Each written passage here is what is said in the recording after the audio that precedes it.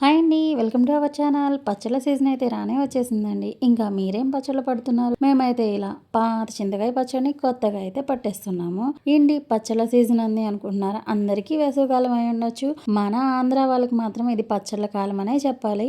అందుకనే ఫిబ్రవరి స్టార్ట్ అయిందో లేదోనండి, వేసవికాలం వచ్చేసినట్లు పచ్చళ్ళు అయితే పట్టేస్తున్నారు. ఇంతకీ మీకైతే వీడియోలో చూస్తున్నట్లు ఏ పచ్చడి పట్టేస్తున్నామో అర్థమైపోయే ఉంటుంది కదా. అవునండి, పాత చింతకాయ పచ్చడి మేమైతే పట్టేస్తున్నాం అనమాట. మెజర్మెంట్స్ అయితే చెప్పేస్తాను, ఫాస్ట్గా నోట్ చేసేసుకోండి. 1/2 కేజీ చింతకాయలకి 1/4 కేజీ పండుమిరపకాయలు, 50 గ్రాముల ఉప్పు, 1 స్పూన్ మెంతిపిండి, 1/2 స్పూన్ ఆవపిండి, చింతకాయలు, ఉప్పు కచ్చాపచ్చగా రోట్లో దంచేసుకోవాలి. ఇంకా పండుమిరపకాయలను అయితే సపరేట్గా దంచుకోవాలన్నమాట. సపరేట్ బౌల్స్లో తీసేసుకొని చింతకాయలు 2 స్పూన్లు పసుపు వేసి అటు ఇటు బాగా కలియబెట్టేసేసుకొని మూత పెట్టేసేయాలి. ఇంకా సెకండ్ డే మూత తీసేసి లైట్గా ఊరుంటాయి కాబట్టి అటు ఇటు కలియబెట్టేసేసుకోవాలన్నమాట పండుమిరపకాయలని, చింతకాయ. మిగిలిన ప్రాసెస్ కోసం కామెంట్ చేయడం మర్చిపోకండి.